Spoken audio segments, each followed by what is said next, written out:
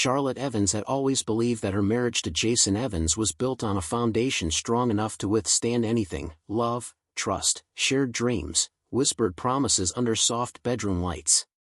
For years, she held on to those memories with gentle fingers, hoping they would continue to guide them forward. Now, carrying their twin babies, she poured her entire heart into nurturing the family they had once planned so eagerly. She had sacrificed her comfort, her career aspirations, and even her social life, telling herself that marriage required compromise and motherhood required devotion. But as the months passed, something within Jason began to shift. His late nights at work became habitual, his sudden business trips multiplied, and his excuses grew more vague. The warmth in his voice cooled, and the way he used to reach for her hand had nearly vanished. Charlotte sensed the distance like a chill in the room, but she tried to soothe herself with hopeful thoughts: stress, workload, pressure, anything but the possibility of betrayal. She convinced herself that everything would return to normal once the babies arrived, that Jason would rediscover the man he used to be. Still, deep inside her heart, a small, trembling fear whispered the truth she refused to confront. She noticed the way he guarded his phone, the way his eyes wandered instead of meeting hers, the forced smile he wore when she spoke about the nursery. From the outside, their marriage appeared perfect, enviable even. But Charlotte felt the cracks forming beneath the surface, fragile promises threatening to break under the weight of secrets she could almost feel pressing against the walls of their home. Brianna Steele moved through the world like it belonged to her, elegant, seductive, and dangerously ambitious. She had the kind of presence that drew eyes without effort, the kind of confidence that made people instinctively adjust themselves in her shadow. When she entered Jason Evans's life through his office, she didn't just walk in, she positioned herself. She recognized the weaknesses in men quickly, and in Jason, she saw a bored husband with a fragile ego and a craving for admiration. It was the perfect opening. She began with small compliments: his leadership, his vision, the way he carried himself, and Jason absorbed every word like it was oxygen. Brianna knew exactly how to feed the fantasy he had secretly nursed for years, the fantasy of being unattached, desired, free from responsibility. She painted this illusion delicately, wrapping it around him with conversations dripping in flirtation and admiration. Jason, already drifting from Charlotte, leaned into the attention with startling ease. Brianna wanted luxury, a lifestyle wrapped in designer labels, sparkling jewelry, and nights in penthouse suites. More than that, she wanted a man who would choose her over everything else: his stability, his home, his family. She mocked Jason's responsibilities as a husband, rolling her eyes when he mentioned Charlotte, scoffing at the idea of him going home early. "She's too emotional," she whispered. "Too demanding. Too obsessed with the pregnancy." Each word was a seed planted deep into Jason's insecurities. She became the voice he began to trust more than his own conscience. Every time he hesitated, Brianna's persuasion tightened its grip, convincing him that Charlotte was holding him back, suffocating him, making him miss out on the thrill of life. Slowly, Jason slipped deeper into the world Brianna created, one where betrayal felt justified and loyalty to his wife faded like a forgotten promise. Charlotte's pregnancy with twins grew more challenging with every passing week, turning what should have been a joyful journey into a daily battle. Her body felt heavier than she imagined possible, dizziness clouded her vision whenever she tried to stand, her feet swelled until even soft slippers felt tight, and shortness of breath often left her clutching the edge of furniture just to stay steady. Most frightening of all was the intense abdominal pressure that came in waves, making her fear something was terribly wrong. Nights became restless as she struggled to sleep, shifting uncomfortably while her heart raced with worry. At her latest appointment, the doctor's expression turned serious as he reviewed her symptoms. He emphasized the high-risk nature of carrying twins, warning her that stress could worsen her condition. She needed monitoring, rest, and above all, emotional support. Charlotte nodded quietly, her heart sinking because she knew the one person she needed simply wasn't there. She tried to share the doctor's concerns with Jason that evening, hoping he might finally understand the gravity of her situation. But reaching him had become nearly impossible. He was always in a meeting, out with clients, or simply letting her calls ring before sending her a quick text hours later. When Jason walked through the door late that night, Charlotte gathered her courage and told him everything: the dizziness, the pressure, the doctor's warnings. Instead of concern, she received a tired sigh and a dismissive wave. "You're overthinking again, Charlotte. You always exaggerate," he muttered, barely looking up from his phone. As he scrolled through his messages with an expression she hadn't seen in years, Charlotte felt a painful truth settle inside her: she was facing this pregnancy alone. The home that once felt safe and warm now felt hollow, filled with silence where love used to be. Charlotte had grown used to discomfort, but nothing prepared her for what struck her that evening. As she slowly made her way down the stairs, a sudden, sharp pain tore through her abdomen, so intense it stole the breath from her lungs. Her hand shot to the railing, fingers trembling as she tried to steady herself. Another wave of pain followed, stronger, deeper, causing her vision to swirl into a haze of colors and shadows. Her knees buckled, and she collapsed onto the steps, gasping, her heartbeat pounding in her ears.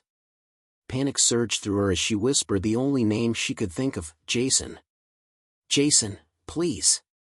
Desperate and shaking, she fumbled for her phone. Through blurred vision, she dialed Jason's number, pressing it over and over as the contractions grew more violent, each one making her curl inward with fear. The phone rang and rang, but not once did he answer. She tried again, her voice breaking into sobs as she begged the empty room, "Please pick up, please," but every call went unanswered. Across town, Jason saw her name flashing on his screen while he sat across from Brianna in a candlelit restaurant.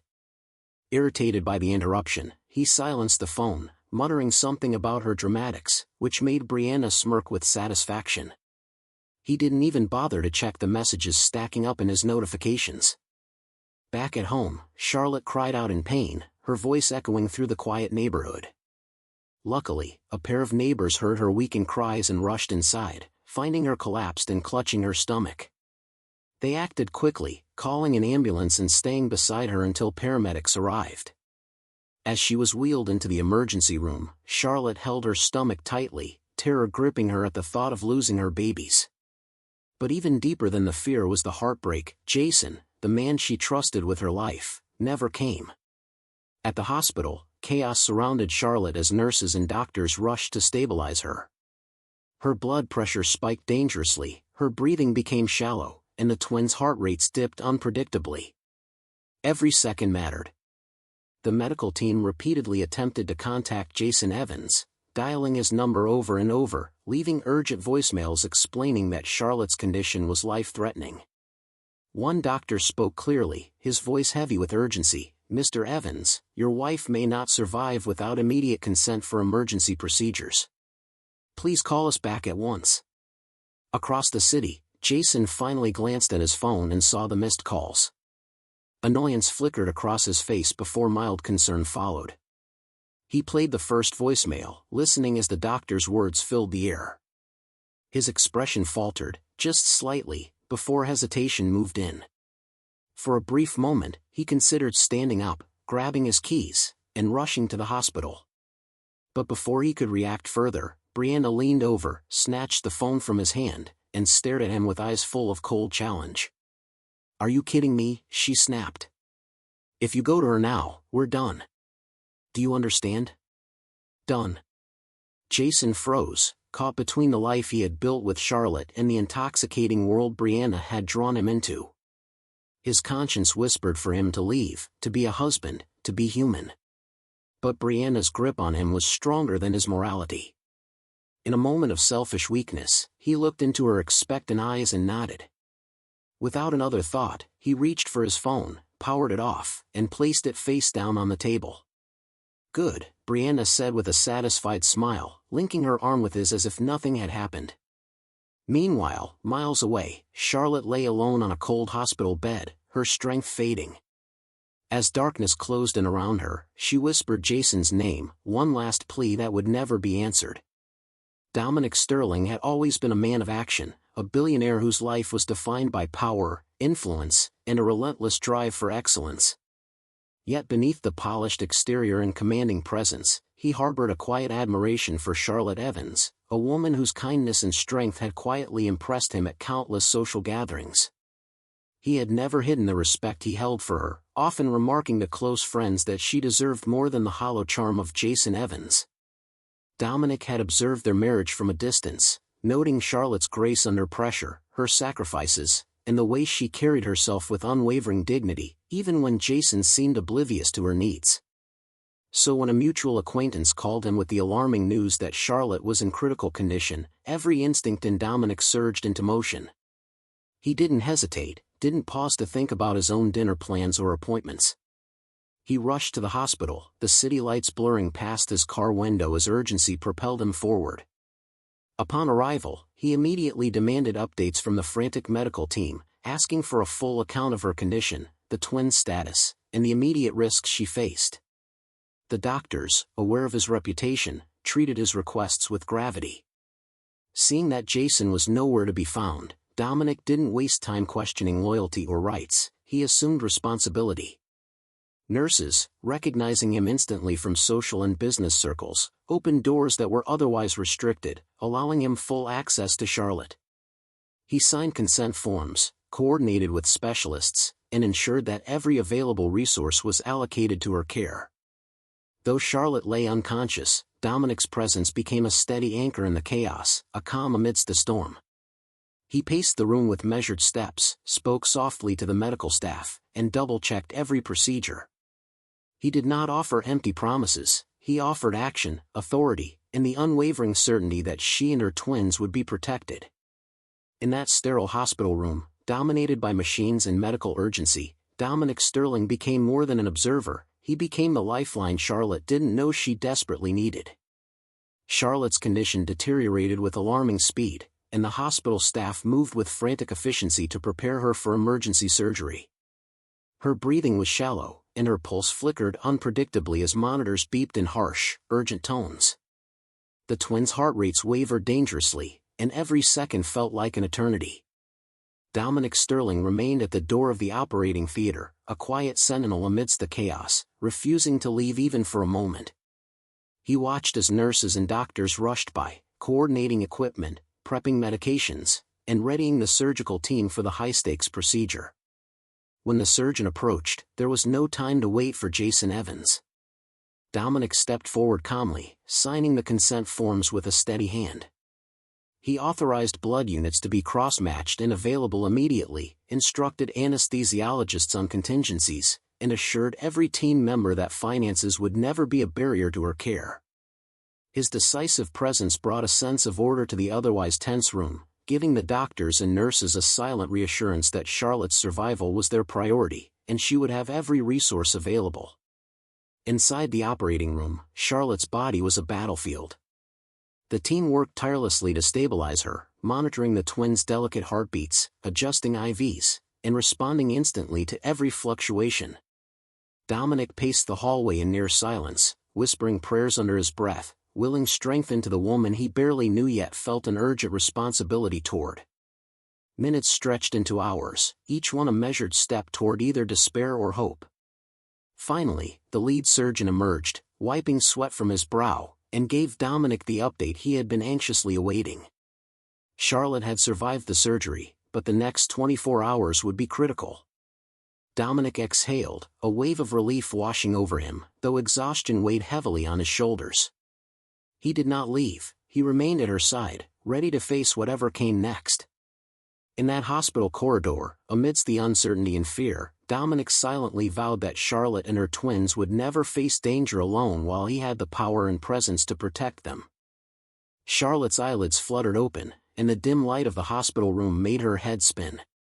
Every muscle ached, her body heavy and unsteady, as though the very act of breathing required effort. Her first instinct was to reach for Jason, to find the familiar face that had always been her anchor. Panic surged through her chest, tightening like a vice, as her eyes searched the room frantically.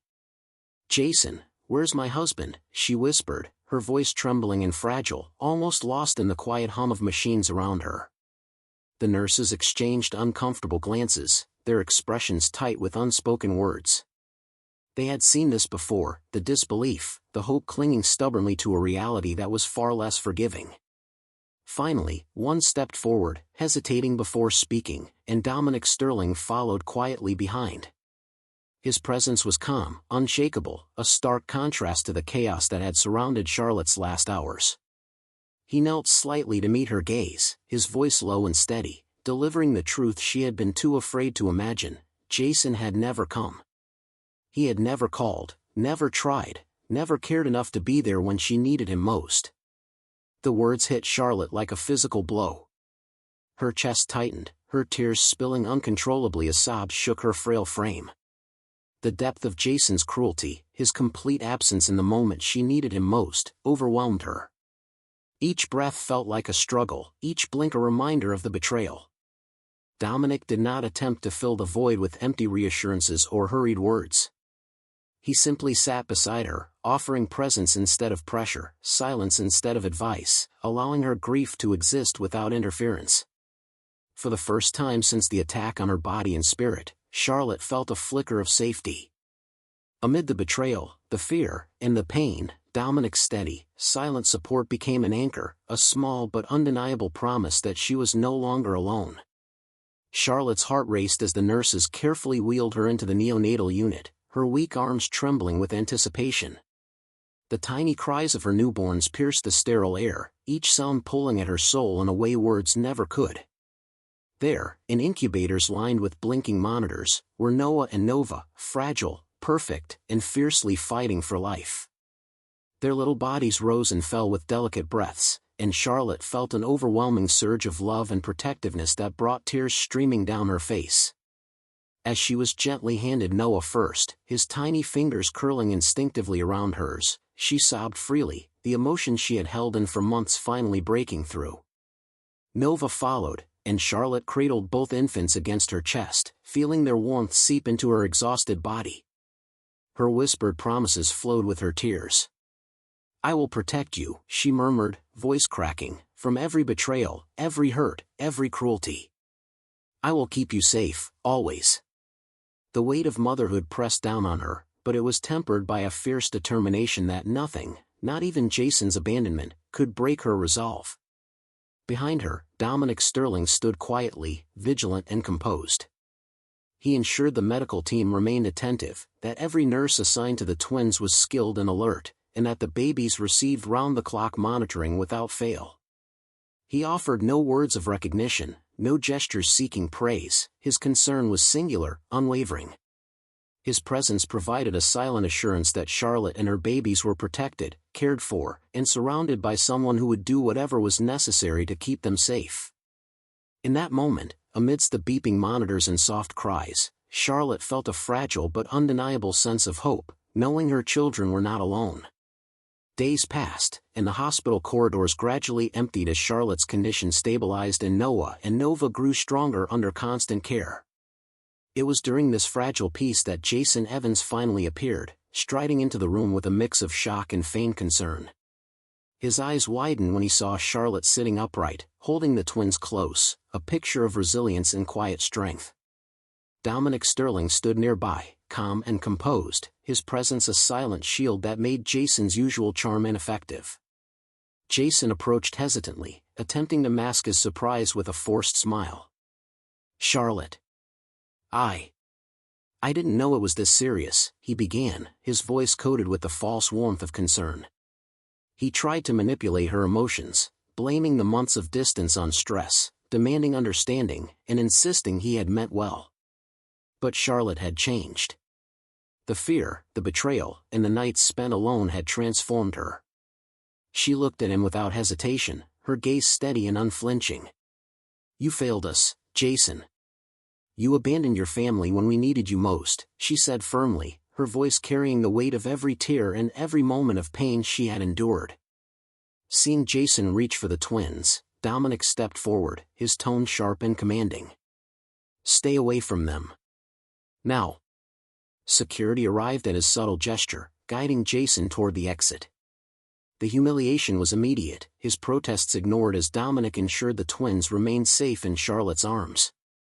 Within hours, the scandal erupted online. Photos, videos, and private messages between Jason and Brianna Steele leaked, revealing the affair in brutal clarity. Their reputations collapsed overnight, Jason lost lucrative business deals, Brianna faced public humiliation, and the world watched Charlotte rise from the shadows of betrayal. She was hailed as a survivor, a mother who endured abandonment yet protected her children. For the first time, she felt the satisfaction of justice served without her having to lift a finger, knowing that those who had wronged her were exposed, while she reclaimed her dignity and strength. Charlotte hesitated at the grand doors of Dominic Sterling's estate, the weight of the past weeks pressing heavily on her shoulders. The luxurious home shimmered with understated elegance, rooms spacious enough for her and the twins, staff ready to provide medical support around the clock, and every comfort designed to ensure their safety.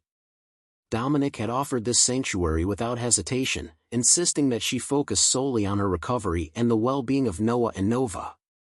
She paused, uncertain if she could accept such generosity, wary of dependence yet knowing she had nowhere else to go. Slowly, she stepped inside, carrying the babies in her arms, and the house became her new refuge. At first, Charlotte kept to herself, cautious of forming attachments, protective of the fragile trust she still held. Dominic, understanding her need for space, allowed it while quietly ensuring every detail of their care was meticulously managed. He helped with the babies, delivered meals to her door, and handled all the legal matters stemming from Jason's betrayal. There was no pressure, no expectation, just consistent, reliable support that let Charlotte focus on healing. Over days and weeks, the tension began to ease, and Charlotte felt herself letting down invisible walls she had built around her heart.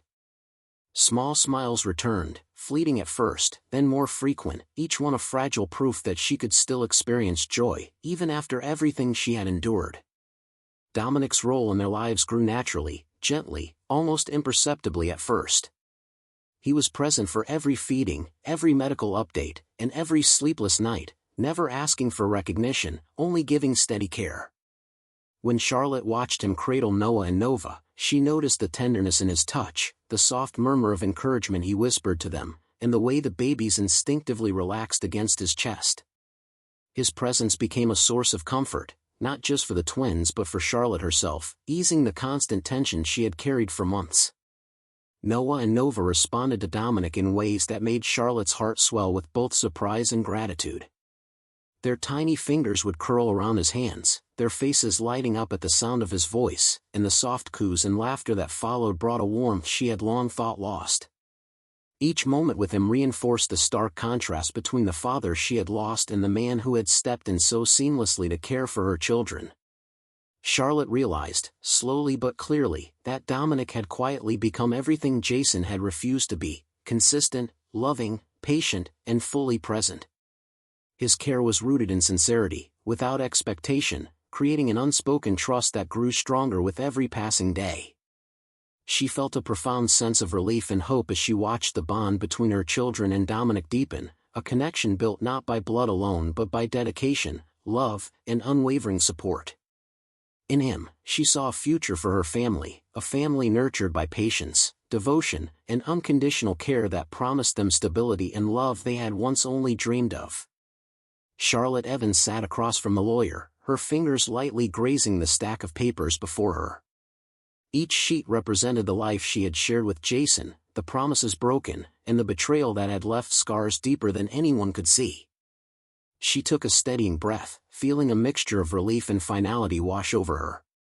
There were no tears, no hesitation, just a profound sense of liberation.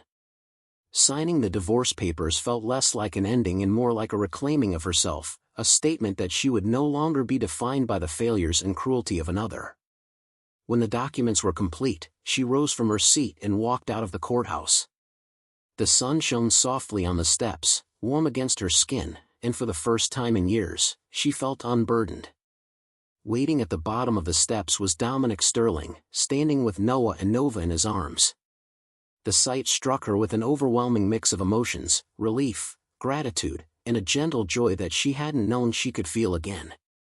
The twins cooed and reached for her, their tiny hands wrapping around her fingers, and Charlotte felt a surge of love and protection she had feared she might never experience. That image, Dominic standing steadfast, the twins safe in his embrace, and her walking toward them, symbolized a new beginning. A family she had never planned had been formed by fate and nurtured through courage, trust, and resilience. Charlotte realized she was finally free. For the first time in years, she felt a deep, unshakable peace, knowing that the past no longer had power over her, and that her future, her family, was hers to cherish and protect. Months passed, and the bond between Charlotte and Dominic Sterling grew organically, built on mutual respect, care, and shared responsibility for Noah and Nova. Their relationship was gentle, patient, and healing, gradually replacing the fear and grief that had once dominated Charlotte's life. Dominic never rushed her or forced closeness. Instead, he offered a consistent presence, quietly assisting with the twins, listening when she needed to talk, and offering support without expectation. Charlotte found herself opening up in ways she hadn't thought possible, smiling more often, laughing more freely, and feeling joy return to spaces that had long been filled with pain. One quiet evening, Dominic led Charlotte to the garden of the estate, the setting sun painting the sky in warm shades of orange and pink. The twins played nearby, laughter spilling into the air as Charlotte watched them. Dominic knelt before her, his expression sincere, and proposed, not with extravagance, but with heartfelt words.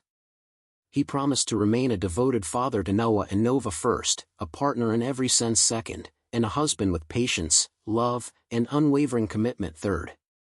Charlotte's heart swelled with emotion, and she accepted, tears of happiness glistening in her eyes. Their love story became one rooted in hope and resilience, built from the ruins of betrayal and the scars of loss. Dominic had chosen her in her weakest, most vulnerable moments, proving that love could grow even from brokenness. Together, they forged a life filled with trust, warmth, and second chances, an unbreakable bond that neither hardship nor heartbreak could ever undo. Years later, the Evans Sterling household resonated with joy and laughter. Noah and Nova, now lively children full of energy, raced across the garden shouting, "Papa!" Dominic Sterling scooped them up effortlessly, spinning them in his arms as they giggled uncontrollably. Charlotte walked beside him, a serene smile gracing her face, her hand lightly brushing against his. She watched the children with a mixture of pride, gratitude, and love that radiated from the very core of her being. For a brief moment, she looked back, not at the estate, nor at the luxuries around her, but at the life she had left behind, the man who had abandoned her, the betrayal that had once threatened to destroy her, the pain that had seemed unbearable. The memories lingered like shadows, but they no longer had power over her. Instead, she focused on the present, the laughter of her children, the steady love of Dominic, the sense of security and belonging that had been hard-won through trials she had survived. She inhaled deeply, letting the warmth of the sun and the joy of her family fill her completely. "He chose the Mistress," she whispered softly, a faint smile on her lips, "but destiny chose us." In that moment, surrounded by love, trust, and laughter, Charlotte realized that life had given her something more beautiful than she could have imagined, a family forged not by circumstance, but by resilience, compassion, and the courage to embrace new beginnings. Every tear, every struggle, every heartbreak had led to this, her family, whole, cherished, and chosen by fate itself.